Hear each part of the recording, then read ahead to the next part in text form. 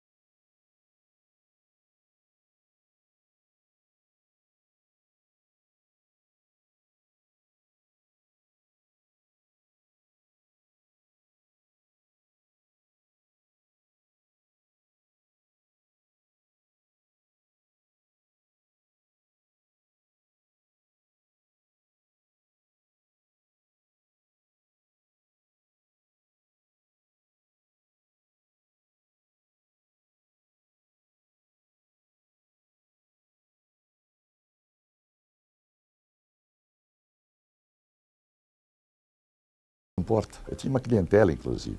Você se lembra qual foi o seu primeiro salário? Ou o primeiro dinheiro que você ganhou? Que eu recebi? Não, não lembro, não. Eu sei que eu trabalhei na Metalúrgica Matarazzo e foi aí, através da Metalúrgica Matarazzo, que eu consegui fazer o Senai e me transformei em torneiro mecânico. Mas antes disso, eu havia trabalhado na Central do Brasil e deve saber o que é a Central do Brasil. Hoje deve ter um outro nome. Essa estrada que liga São Paulo ao Rio de Janeiro, né? Estrada de ferro. E quando da eletrificação da Central do Brasil, você sabe que aqueles postes tinham que ser colocados ao longo dos trilhos, né? Tinham que ser parafusados, aquelas traves, né? São verdadeiras traves. E por ser o mais magro da equipe, eu era o sujeito escalado para subir no poste e apertar o primeiro parafuso de um lado e o primeiro parafuso do outro lado da trave. E eu fiz isto de São Paulo até uma outra cidade que existe depois de Mogi das Cruzes. Deve ser César de Souza, se não me engano. Mais de 50 quilômetros fazendo isso. Mas não lembro. Quanto eu ganhei, não lembro. Você ficou um rapaz, um homem, assim tão magro e tão alto? Você era muito jovem? Quando já adquiriu essa altura e esta estatura? Eu tinha, o quê? 18 anos. Já era bem alto, sim. Tinha 1,80 m e pouco, 82, devo ter 1,86 hoje. Eu sempre fui magro. Eu lembro que até uns 2 anos atrás eu pesava 63 quilos. Hoje estou assustado, estou pesando 75, um absurdo, né? E quero saber, então, quando é que você foi para a rádio? Foi nessa época? Eu comecei a trabalhar em 48, 49, por aí, na rádio Mogi das Cruzes, a Rádio Marabá. Antes disso, porém, você fazia rádio em Poá. Ah, sim, mas aí era um serviço de alto-falante e foi muito curioso, porque em 1948, por aí, 49, mais ou menos nessa época, nós tínhamos um serviço de alto-falante em Poá que era chamado de DP1. DP1. E como este serviço de alto-falante ficava num vale, toda a transmissão era ouvida em Poá, né? Entende? Porque ele ficava embaixo, né? Então o som crescia e a cidade inteira ouvia as transmissões. E eu tenho a impressão que eu sou o único no mundo inteiro a fazer radionovela num serviço de alto-falante. Você levava um elenco? Eu tinha um elenco.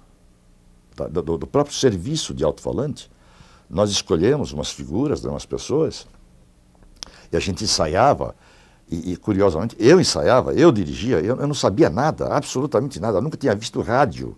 Era um rapazinho magro, alto e estava com 18 anos. Com 18 anos. 18 anos. A vontade de ser artista, né? A vontade de fazer alguma coisa em rádio, porque a televisão não existia na época. Era só rádio, era rádio e teatro. O teatro era impossível.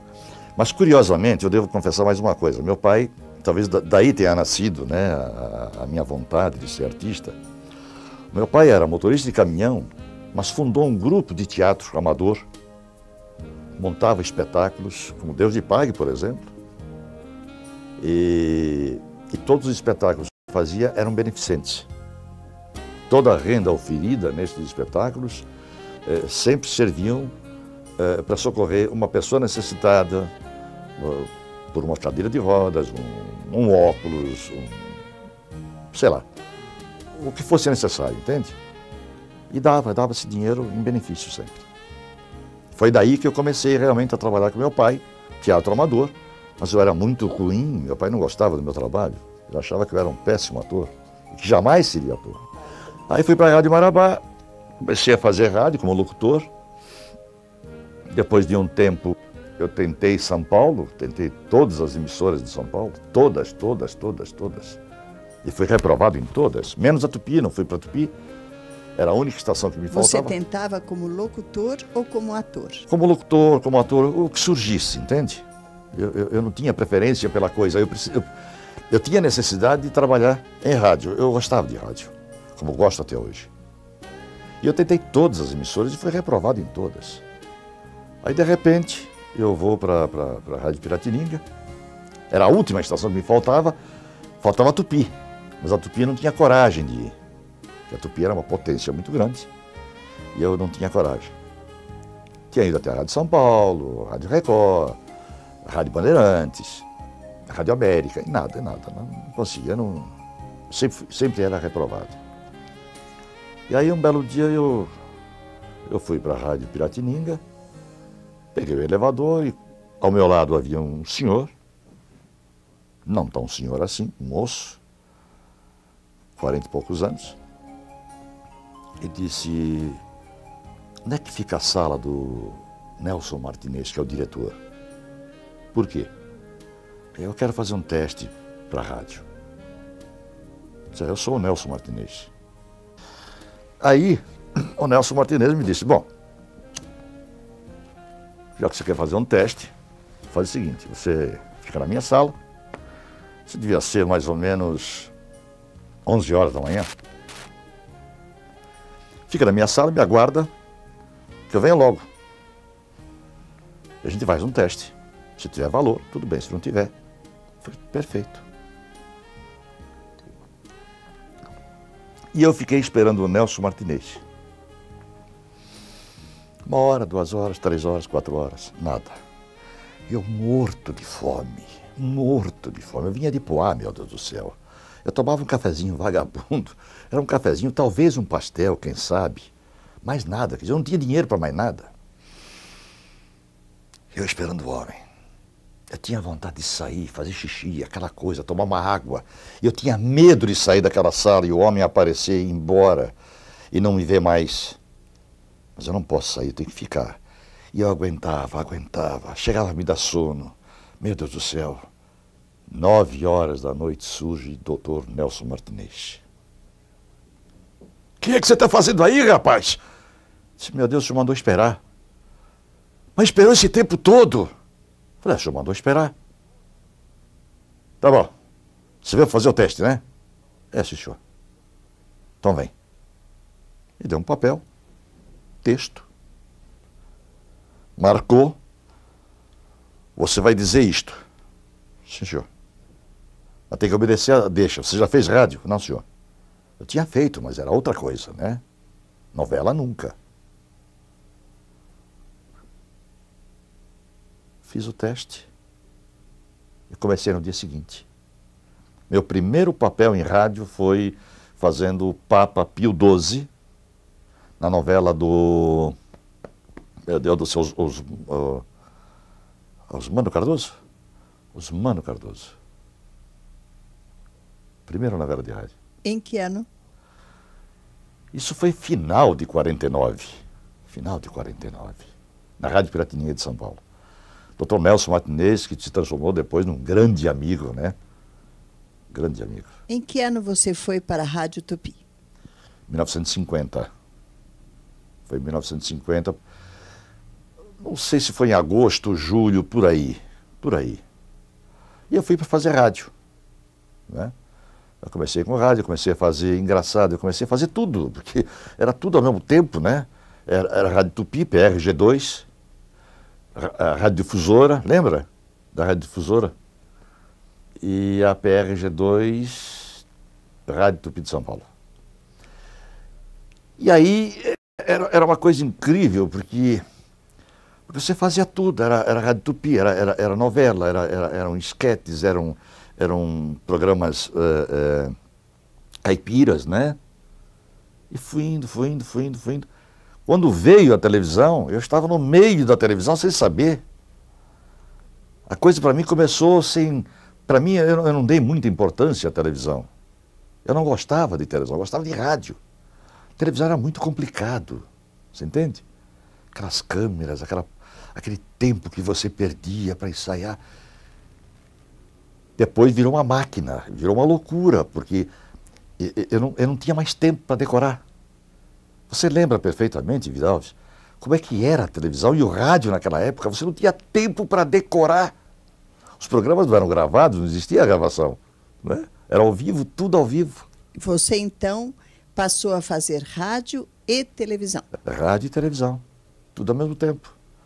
Quantas vezes, meu Deus do céu, eu fazia radionovela, ou um programa de rádio qualquer, já vestido para fazer um programa de televisão, já maquiado, já pronto.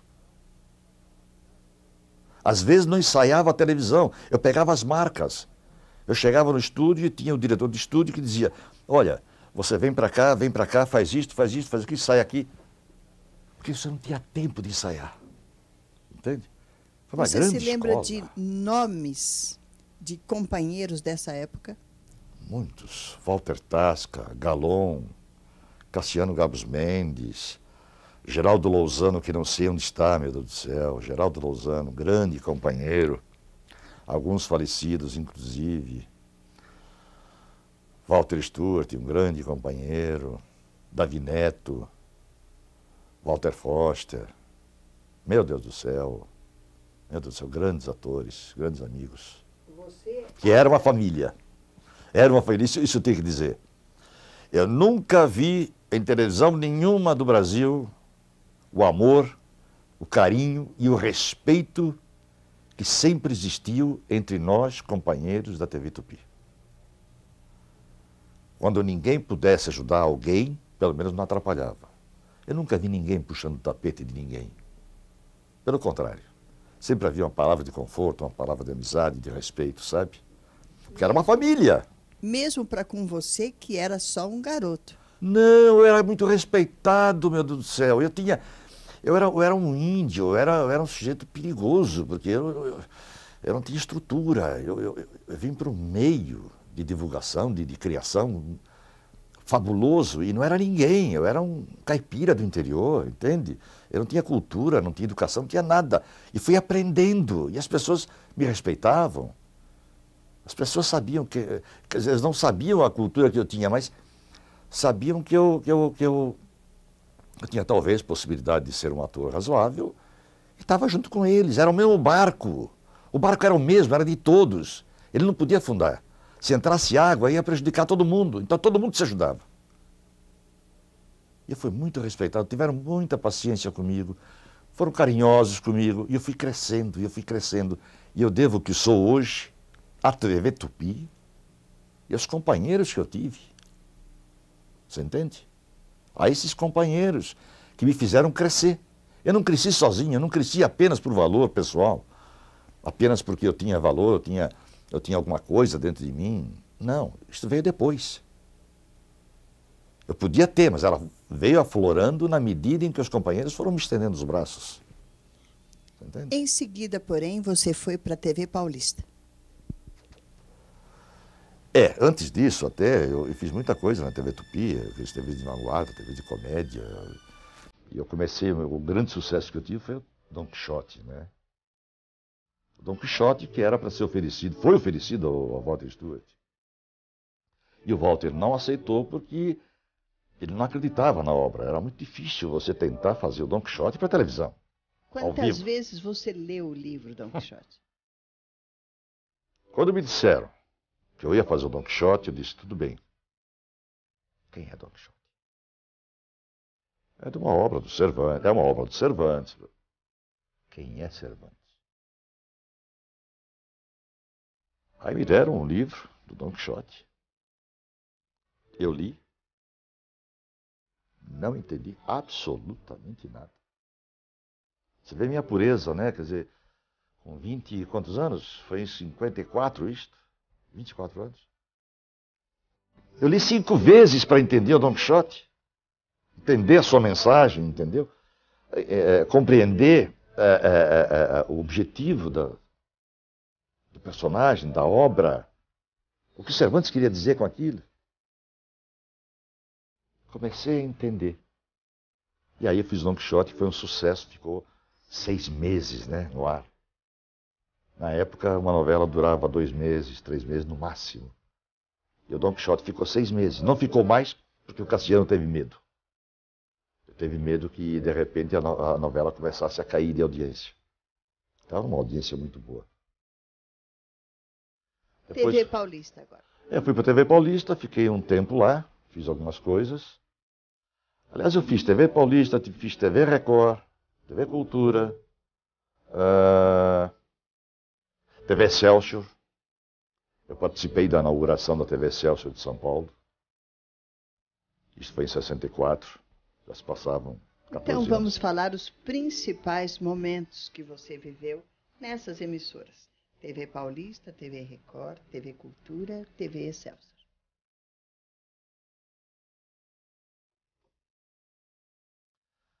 É difícil lembrar, assim, as coisas que eu fiz, né? Há companheiros, inclusive, que estão aqui na minha cabeça. Não é que eu esteja senil, não é isso. Eu devo confessar que a esta hora da manhã eu rendo muito pouco, né? Minha cabeça começa a funcionar sempre depois do almoço. Então está um pouco pesado, quer dizer, para eu lembrar. Eu fiz muita coisa. E eu tenho, nem devia dizer isto, uma mágoa muito grande do nosso amigo, companheiro, que nós citamos agora, foi diretor da Globo, Boni. o Boni. O Boni teve uma atitude comigo em relação à TV à TV Globo, muito ruim. Mas vamos antes da TV Globo. Vamos ainda ficar nas emissoras de São Paulo. Globo de São Paulo. Globo de São Paulo, que era a TV Paulista. TV Paulista. Depois da TV Paulista passou a ser TV Globo, né? Uma emissora TV Globo em São Paulo. Só depois que pegou fogo é que eles mudaram para o Rio de Janeiro. E aí eu fui convidado para ir para o Rio de Janeiro, o próprio Boni me convidou e eu não fui. Eu não fui talvez em represália a tudo aquilo que ele fez contra mim. Foi uma bobagem, eu não sei o que foi, eu não sei o que houve, eu não sei o que ele teve na cabeça. Eu fui convidado para fazer uma novela, 2 novelas na TV Globo, na época em que o Geraldo Cazé dirigia em São Paulo. Não fui contratado, eu fui só chamado para fazer a novela com um salário mensal, porque havia alguém na Globo que dizia que eu era bêbado, que eu não decorava, eu não tinha responsabilidade.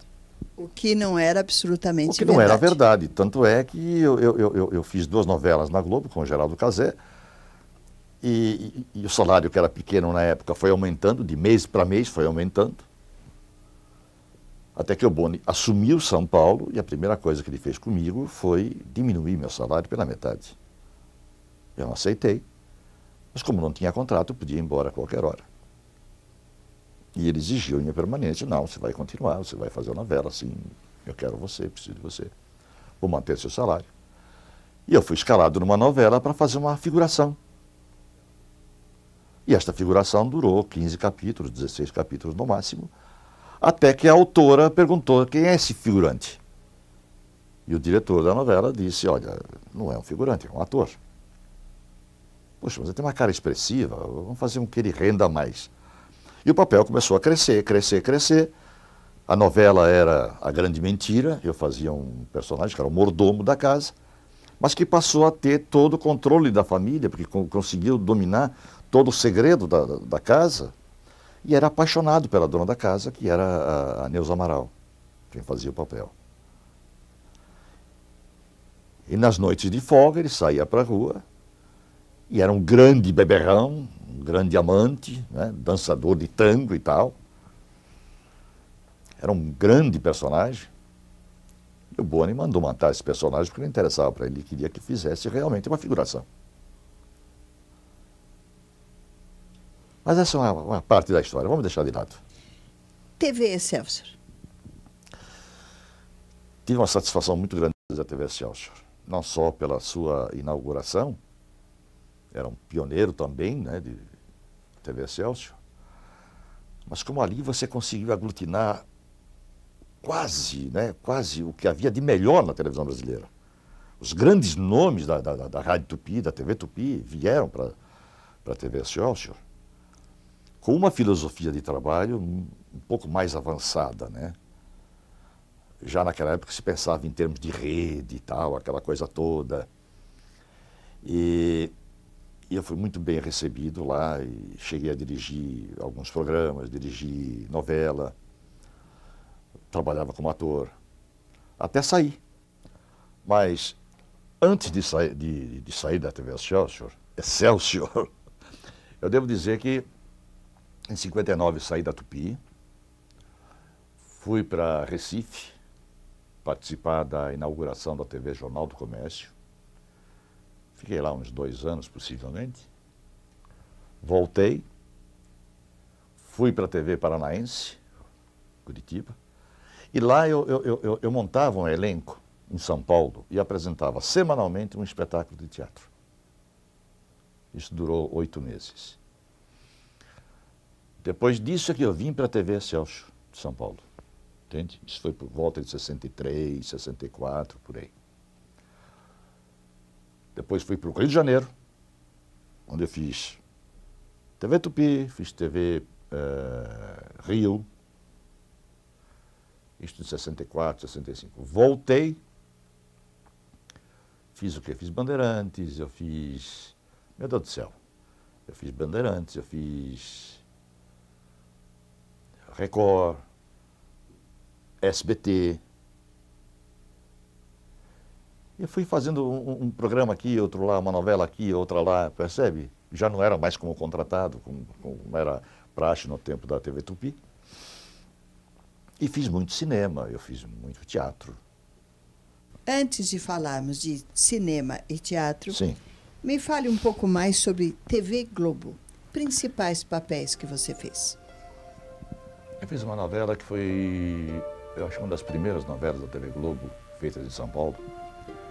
A Grande Mentira, um papel extraordinário. Eu fazia um mordomo. Que você já citou há pouco. Que eu já citei, crescia durante o transcorrer da novela e foi um dos melhores papéis que eu já fiz em televisão. Fiz o Sítio do Pica-Pau Amarelo durante 3 anos, possivelmente, 3 a 4 anos. Que personagem? Fazia o prefeito da cidade. E fiz até acabar o Sítio do Pica-Pau Amarelo no Rio de Janeiro. Fiz algumas novelas mais, umas participações pequenas. Fiz a última novela do Cassiano, ou a penúltima, que foi O Meu Bem e Meu Mal. Fiz Vale Tudo. Pequenas participações também nessas novelas. Não fiz muita coisa na Globo, não. Não fiz. Porque é muito difícil. A Globo, principalmente, agora, ela só aceita atores que estejam radicados no Rio de Janeiro. Uma questão de economia, claro. Elas não pagam mais passagem de avião, essa coisa toda. Não sei, talvez ônibus. Mas é difícil. Eu entendo até que para eles é muito difícil manter um ator de São Paulo no Rio de Janeiro. Quando você tem, no Rio de Janeiro, atores muito bons, né? E que podem realmente suprir as suas necessidades. Quero agora que você me fale sobre essa faceta diferente da sua vida artística e que deu muito certo para você. Teatro. Eu entrei para o teatro praticamente por acaso, como eu entrei para a televisão por acaso. Tudo na minha vida é assim, é o acaso que me produz, né? Não adianta você estar lutando terrivelmente contra uma coisa ou a favor de uma coisa, quando às vezes ela não acontece. Para mim tem acontecido muito assim na base do por acaso, né? As coisas vão acontecendo. Eu fui levado para o teatro, a primeira participação minha em teatro foi no Plantão 21, substituindo o Felipe Caroni, que era o personagem que eu fui substituir. Quem me levou foi o próprio Felipe, que além de trabalhar na peça, era produtor do espetáculo. Fui para substituí-lo 1 mês, enquanto ele tirava férias, e acabei fazendo a temporada todinha, né? Os próprios atores disseram para ele, olha, Caroni, você é o produtor da peça, dá oportunidade para o Turibe, vai descansar. E eu fiquei a temporada toda, né? Depois eu fiz Cavaleiros de Verona, fiz Big Knife, que é, como é que é? Tradução em português?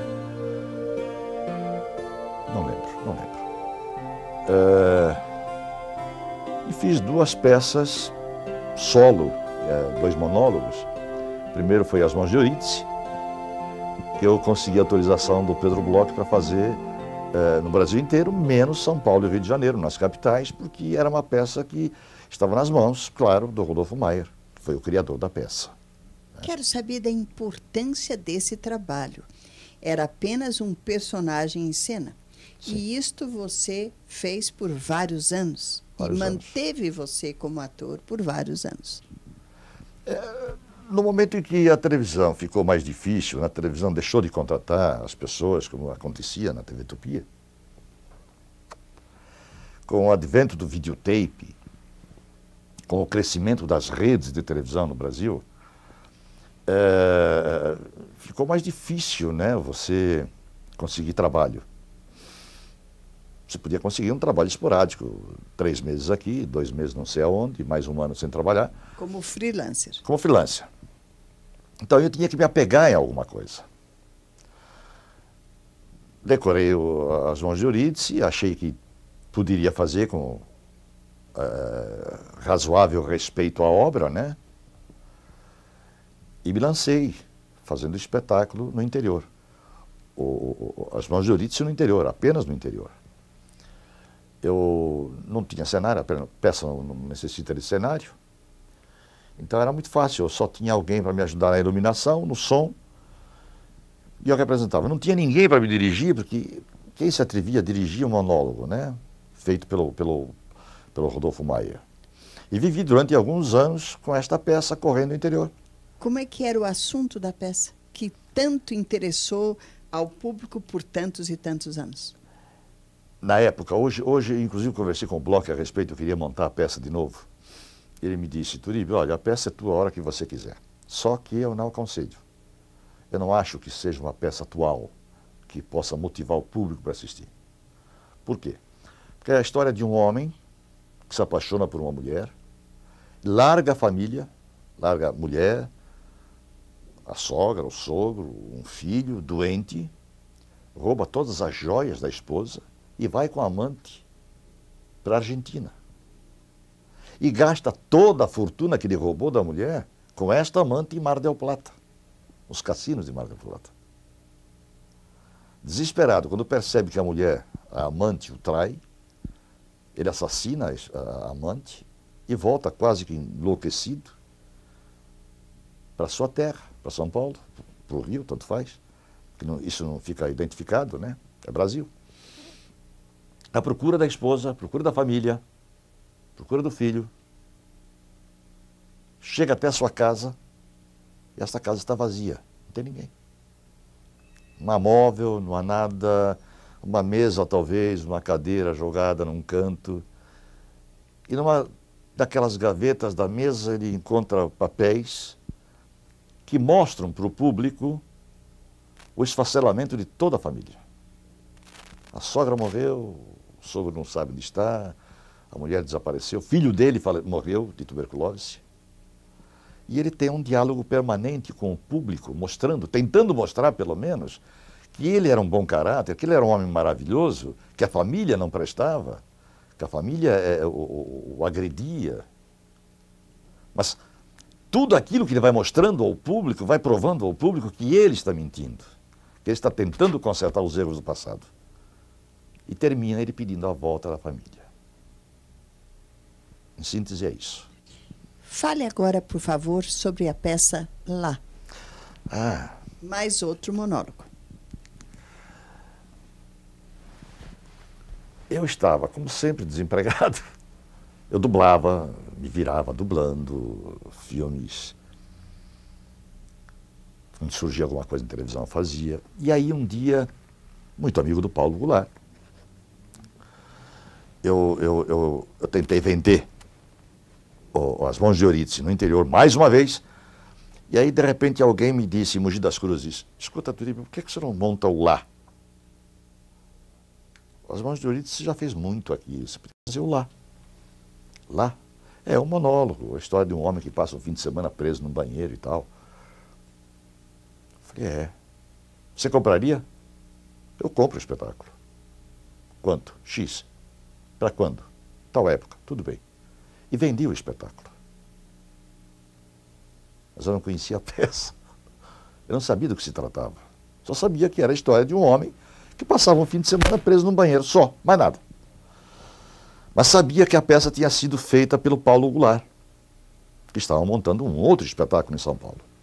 Procurei o Paulo e disse, Paulo, eu vendi um espetáculo assim, assim, assim comigo. E a peça está com você, como é que eu faço? O Paulo é maravilhoso, né? O Paulo é maravilhoso, disse, olha, eu não vou montar a peça tão já. Eu passo os direitos para você, eu falo com o autor, tudo bem. Me passou os direitos da peça. Disse, bom, e agora, como é que eu faço? Quem vai me dirigir? Quem dirigiu o Paulo Goulart na época foi o... Meu Deus do céu, que fez Ravengar, como é? A Bujanra. Conversei com a Bujanra, e a Bujanra disse, Turiba, eu não vou dirigir você. Essa peça é você. Ele está brincando. Faz como você quiser, está bem feito. Eu falei, você está brincando. Não, Turiba, não. É um monólogo, você está preso num banheiro, é isto, meu filho. É mais você do que qualquer outro ator. E eu pensei que fosse uma gozação. Aí montei o espetáculo e comecei a vender. E comecei a vivi 5 anos com esta peça correndo o Brasil, o interior de São Paulo. Eu sobrevivi 5 anos, sem precisar de televisão, sem precisar de dublar, percebe? Eu tinha uma DKV,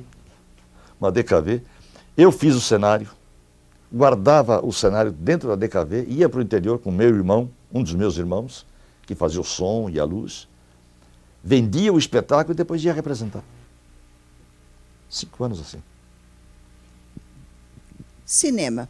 Me fale a respeito dos 20 filmes que você fez. Eu não vou lembrar de todos os filmes. Mas lembre de alguns, por favor. Fiz filmes muito bons e fiz filmes muito ruins.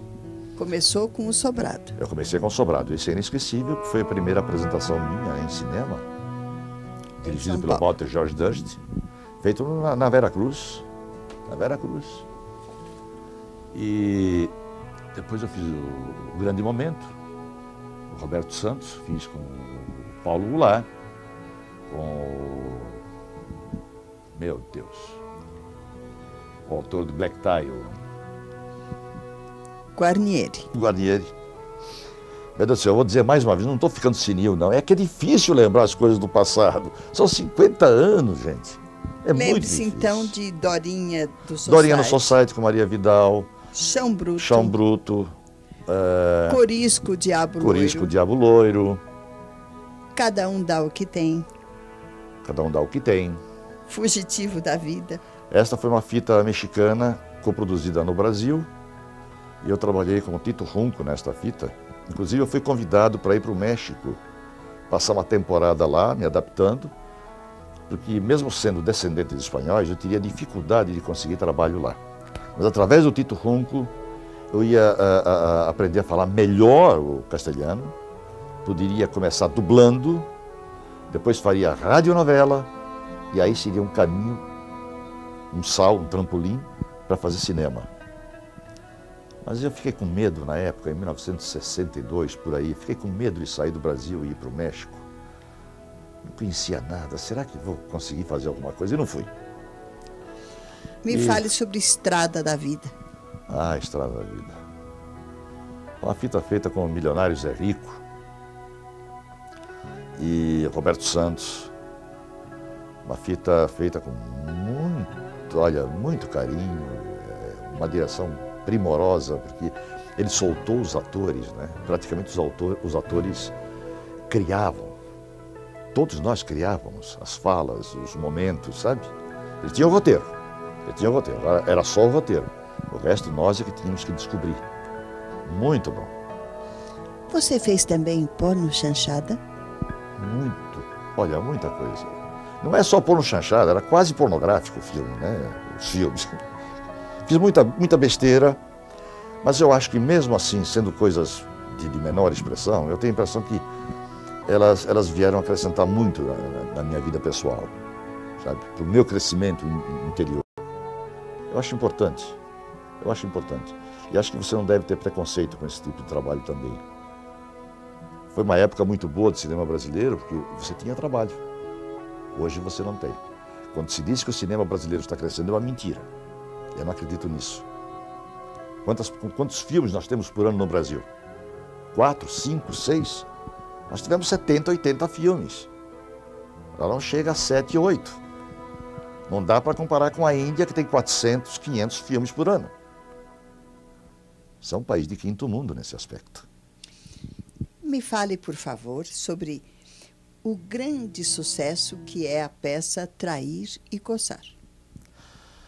É engraçado, muita gente me pergunta, Turíbio, você tem uma explicação, ou alguém do elenco tem uma explicação para esse sucesso absurdo, porque é absurdo, são 13 anos em cartaz. Não.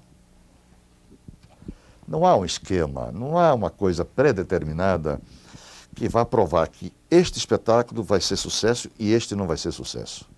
Você só vai sentir isso na medida em que você representar. Eu não sei, é uma série de fatores, claro, que podem te conduzir à certeza de que isto vai ser sucesso. Ou este espetáculo mantém sucesso por isto. Por exemplo, você tem um elenco que, mesmo sendo mudado sempre, mantém sempre a estrutura do espetáculo. Mas você está na peça há 10 quantos anos? Há 10 anos. Há 10 anos.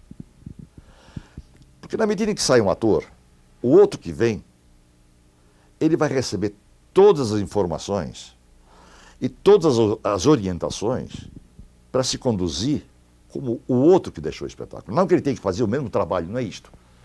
Mas a conduta é a mesma, percebe? E eu devo até acrescentar que hoje os atores que possam substituir esta ou aquela figura dentro do Trair e Coçar, elas só vão se nós aprovarmos, nós atores aprovarmos. Não adianta o diretor dizer eu quero fulano de tal. Somos nós que escolhemos. Porque nós queremos, acima de tudo, um bom caráter, que é fundamental, um companheiro leal e que seja um ator bom. Ele pode até não ser um ator excepcional, mas ele precisa ter caráter e dignidade. Do contrário, não vai participar do nosso elenco. Você entendeu? Então, quer dizer, e de repente você tem uma história simples, que caiu no gosto do público, né? O público gosta, vai para rir. E a proposta é essa, é fazer rir. Sem ser nível muito baixo, mas faz rir. Prêmios que você recebeu na sua carreira? Eu recebi um prêmio especial da Casa de Cervantes. Uma coisa que veio da Espanha há muitos anos, eu nem lembro mais onde está isso. Pela minha participação no Dom Quixote. Ganhei alguns prêmios como o melhor da semana, por aqueles TVs de vanguarda, ou TVs de comédia, ou aqueles programas que nós fazíamos na TV Tupi. E estou para receber possivelmente, eu fui indicado para ganhar o prêmio Mambembe de teatro, pela minha participação na peça O Homem das Galochas. Foi um trabalho excepcional, não o meu trabalho em particular, não quero salientar isso, o trabalho, o espetáculo em si. É um trabalho juvenil e eu era o único ator veterano ao lado de jovens. Então, quer dizer, eu não fui para ser o melhor, eu não fui para ser o ator de mais categoria. Não, não era isso, era para somar, entendeu? Pegar essa garotada e fazer essa garotada perceber o que eu tinha para dar para eles. E, ao mesmo tempo, eu recebia deles, sabe? Não só o calor humano, o respeito, mas também a força, sabe? Aquele desejo de crescer, de subir, que já estava me faltando. Aí falta, depois de 50 anos de carreira, você não quer mais nada, né? Você quer se acomodar. E olhar e dizer, bom, isto eu faço, aquilo não faço, isso eu gosto, não gosto. Não é isso? E essa garotada não, essa garotada quer fazer tudo para poder crescer. Isso foi muito bom. Quero saber um pouco a respeito de você, criatura humana. Você na intimidade. Me fale, por favor, sobre amor, casamento, filhos. Eu casei com a Lídia Costa, uma atriz excepcional, uma companheira maravilhosa, com quem eu vivi durante 9 anos e 6 meses. Não deu certo depois de 9 anos. Questões que nem vou dizer, porque também não interessa. O que interessa é ressaltar isto sim, o que ela significou para mim. Uma mulher excepcional, você conheceu a Lídia. Uma mulher de muito valor, não só como atriz, mas como gente, como figura humana. E tivemos uma filha, que hoje está com 37, 38 anos. Nome dela? Da filha? Thelma. É uma história um pouco chata, que eu gostaria até de nem dizer muito, porque a gente não se vê. Não se vê porque quando eu me separei da Lídia, a menina tinha 3 anos. E eu achei, na época, nós éramos muito agarrados, eu e minha filha. Estupidamente eu achei que eu devia me ausentar de uma vez, em definitivo, até ela crescer. Porque assim talvez ela sofresse menos com a minha ausência. Foi um equívoco porque anos depois, já moça, com 18, 19 anos, eu voltei para vê-la.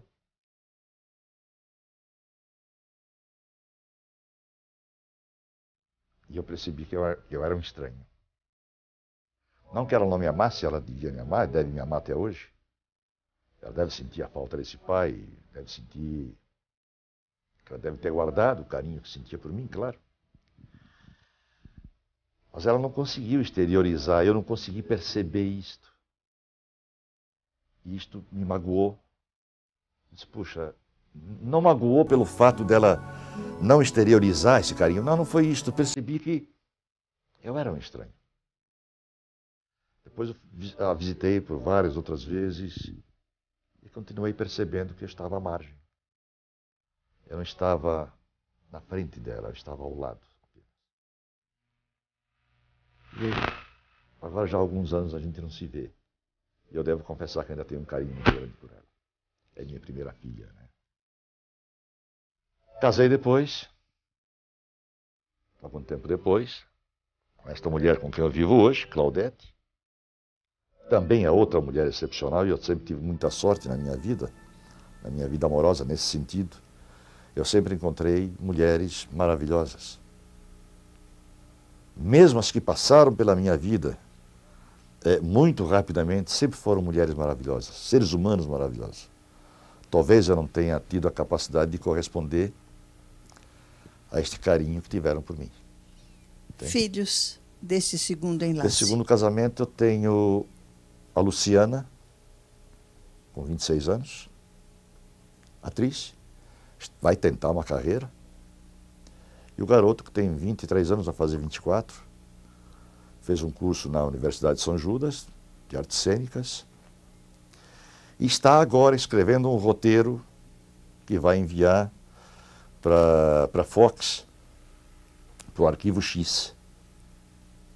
Se vai ser aceito ou não, não sei. Mas já escreveu o roteiro e vai mandar. Vamos ver. Você tem alguma filosofia de vida? Eu não sei se eu posso dizer que seja a filosofia de vida. O que eu penso é que as pessoas, elas passam tão rápido por este mundo que não devem se apegar muito às coisas materiais, entende? Eu não sou um homem que acredite muito em Deus, nesse Deus que todos pregam. Acredite em alguma coisa assim, existe alguma coisa, não sei o que é. Uns podem chamar de Deus, outros podem chamar de força ou de energia. Porque você não veio do nada, você veio de alguma coisa, né? Você pertence a alguma coisa, não sei o que é, você entendeu? Mas eu acho que as pessoas devem se respeitar como seres humanos, devem respeitar a individualidade de cada um, devem amar o próximo, mesmo que não seja amada, e viver o melhor que puder. E o melhor que puder não quer dizer com mais dinheiro, com mais situação, um carro melhor, uma casa melhor, não é isto. É viver, é viver. É respirar o ar que lhe é oferecido, entende? Respeitar esse ar, é respeitar as árvores, a natureza, o ser humano, os animais, como seres que participam da sua própria vida. Sem eles, você não seria ninguém individualmente. O ser humano não pode viver sozinho, isolado dentro de si mesmo. Ele tem que se abrir. Você entende? É assim que eu vejo a coisa. Sonhos que você tem. Eu escrevi um roteiro para cinema. Esse filme não vai ser rodado nunca. Tá aí desde há 10 anos. Em que o personagem muito pobre, quando questionado, ele dizia: o pobre não tem sequer o direito de sonhar.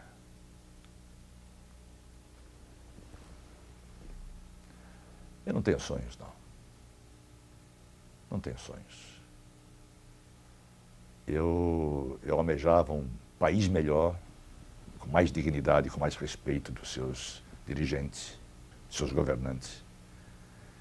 Que os nossos representantes no Congresso e no Senado tivessem um pouco mais de caráter, que não tem. Raríssimas exceções. E eu não estou dizendo raríssimas exceções com medo de ser questionado, não.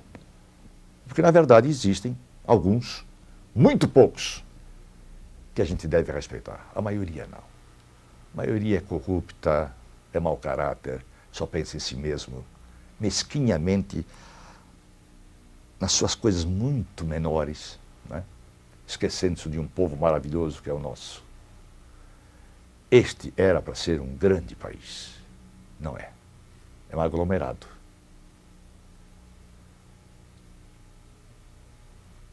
E é uma pena que isso aconteça. Então, eu não tenho sonhos, não tenho grandes esperanças, não. A minha esperança é viver com dignidade, morrer com dignidade e deixar meus filhos encaminhados para a sua própria vida, para as suas próprias carreiras. E minha mulher não ficar desamparada. Esse é o meu sonho só. Se existe sonho, é esse. Para mim, não. Eu não objetivo prêmios. Se eu ganhar um prêmio agora, Mambembe, tudo bem. Se não ganhar, mesma coisa. A minha vida continua. Eu tenho sonhos pequenos. O de viver com dignidade, viver com respeito ao próximo, ser querido, ser amado. Isso me faz bem, sabe? Não paparicado, não é isto. Respeitado. Pelo que eu sou, não é pelo que eu fui. O que eu fui já passou. Pelo que eu sou, como ser humano. É isto. Turíbio Ruiz, quem é você? Gostaria que você analisasse a você próprio. Turíbio por Turíbio. Um homem bondoso, de bom coração, um homem de pavio curto, um homem empreendedor, um homem no fundo, muito sonhador. Será? Quem é você? É difícil. Sou muito sincero, sou muito leal. Não há um companheiro qualquer nesses 50 anos de carreira que possa dizer que eu sou desleal, que eu sou desonesto.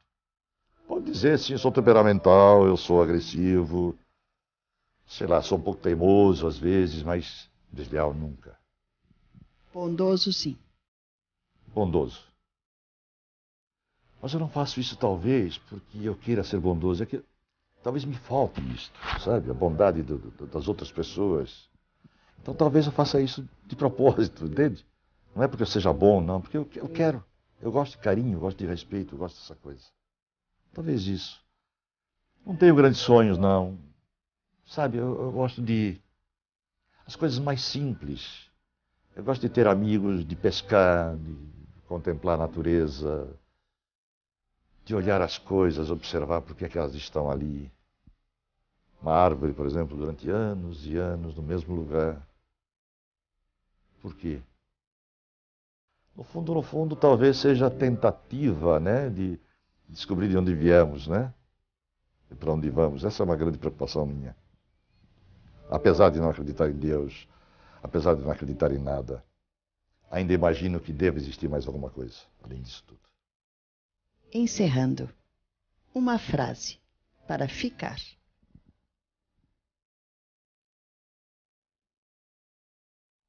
sem respeito e sem amor, não se chega a lugar algum. Turíbio Ruiz, foi um prazer imenso estar hoje aqui com você. Obrigada. Eu que agradeço a você, Vida Alves, minha amiga, minha irmã, meu carinho. E um abraço para todos vocês. E este momento eu sei que mesmo que eu passe, este momento vai ficar. Um beijo.